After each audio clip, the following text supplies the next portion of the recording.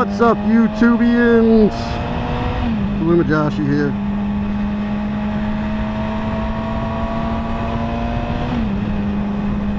So today, I think we're going to start our new segment called the Wednesday Rant. It will be based around no particular topic, more or less just me ranting.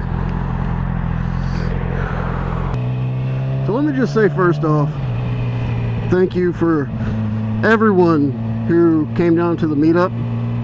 I know it wasn't my meetup or my idea.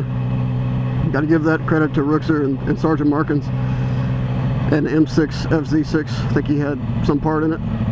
But for the people that came down from other states, just to ride with people, that's awesome. And that's the part of this community that I absolutely love. And I got to meet a lot of really, really cool people. And I had an awesome, fun-filled day. You people rock.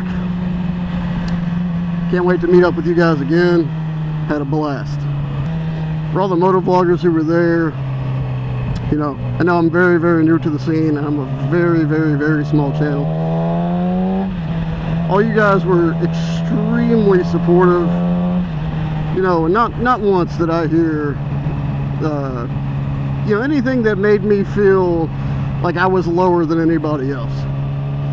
And to have that type of experience is literally, it's one of the most heartfelt things that I've ever experienced, because coming into this, I was extremely nervous because of what people might think of me or what they might think of my channel or my content. And it made me realize that your channel is about you. You don't have to go out and do crazy shit for views. This small ride on my way home from work, I'm vlogging. You guys were awesome, and I appreciate it a lot. And now I'm going to talk a little bit about the not so awesome part of vlogging. And this is, everywhere you go, and I'm kind of on the fritz about even bringing this up. And I'm not going to say any names, and I'm not going to mention anybody. But I did have a recent run-in with another person, and they almost made it seem as if vlogging is a competition. They kind of made it seem like it was all about the sub count. Which is fine and dandy. I understand that, some people have a certain mindset about any particular thing. But I personally want to say, if I get stuck at 18 subs for the rest of my vlogging life, I'm fine with that. Because that's 18 people who got to see something that they normally wouldn't have gotten to see. One of the things that I talked about in my very first vlog, why I want to vlog. And it talked about the community.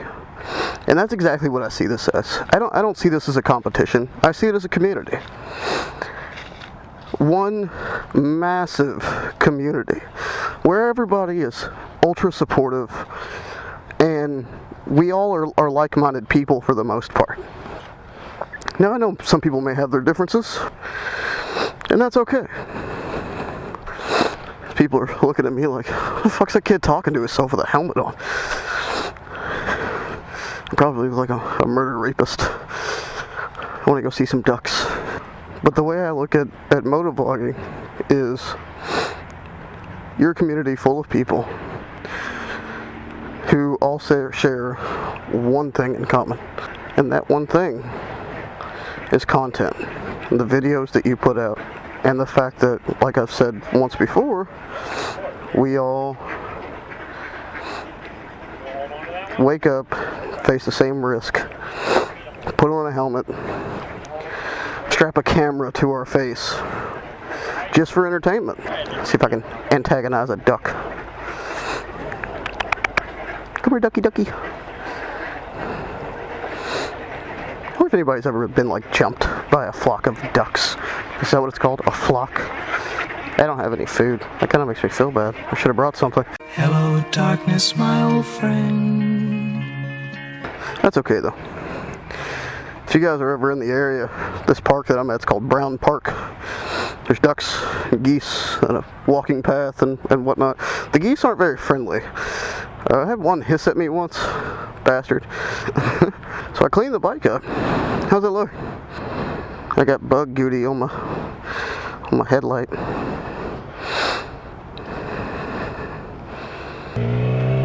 I do have another thing that I would like to talk about.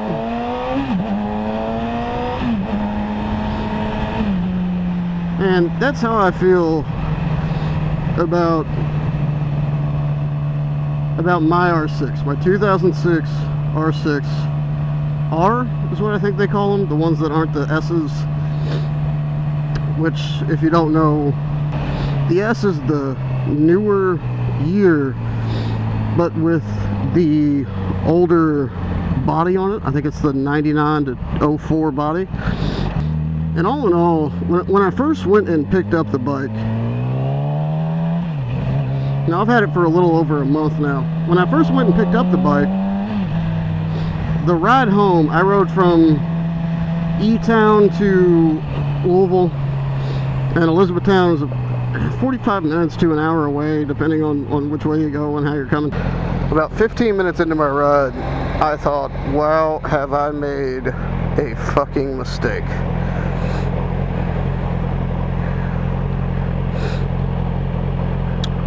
And the reason I say that is because I'd never ridden an R6 before.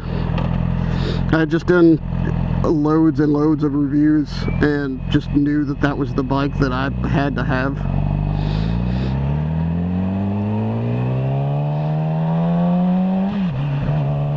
And when you're sitting on a bike in the showroom, it is very, very different than actually riding it.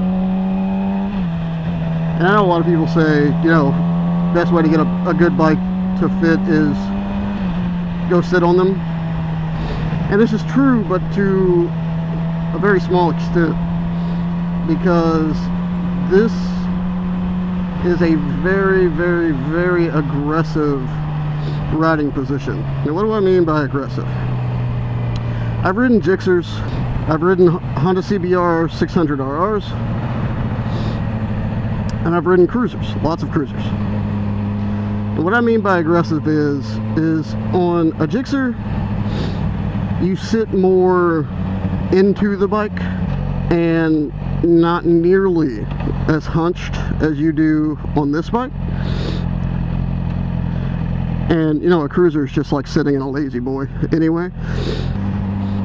And the handlebar positioning is different for most sport bikes. Most sport bikes are aggressive, but to what extent is where they differ. Now, on let's say a Gixxer or a CBR 600, the ergonomics of the handlebars themselves are fairly comfortable, and I don't feel like I have to bend my neck up nearly as much. Now, the clip-ons on the R6 are not only down low, like really low, but they also slope at an angle. So, opposed to being straight, I don't know how much you guys can see that, straight, the R6's handlebars are not only really far down, but they are slanted. So they're at a really hard angle, and it kind of forces you to lean down low to ride this bike. Now, if you ever look at my videos, you go, oh Josh, you're not like this all the time. No, you're right, I'm not. And that's mostly because I am usually always like this unless I'm on the expressway or moving at faster paces. I ride on busy city streets, so I don't really go all that fast. And I know that I might catch some shit about the, you ride with one hand. Yeah, I know. It's just more comfortable for me. and that's that.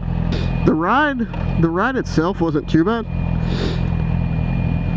And where my issue is after long trips on this bike, my hands start going numb. And I know that it's most likely due to improper use of the motorcycle per se, and not holding so much with my knees more than my arms. I just haven't gotten that down to a science yet, but I have become much more comfortable with the bike and myself riding the bike. Anyway guys, I'm going to end the Wednesday rant here. If you like this video, don't forget to like, comment, subscribe. And I would do my piece, but there's a cop right behind me, so I'm not going to take both hands off the handlebars, because I don't want to get pulled up.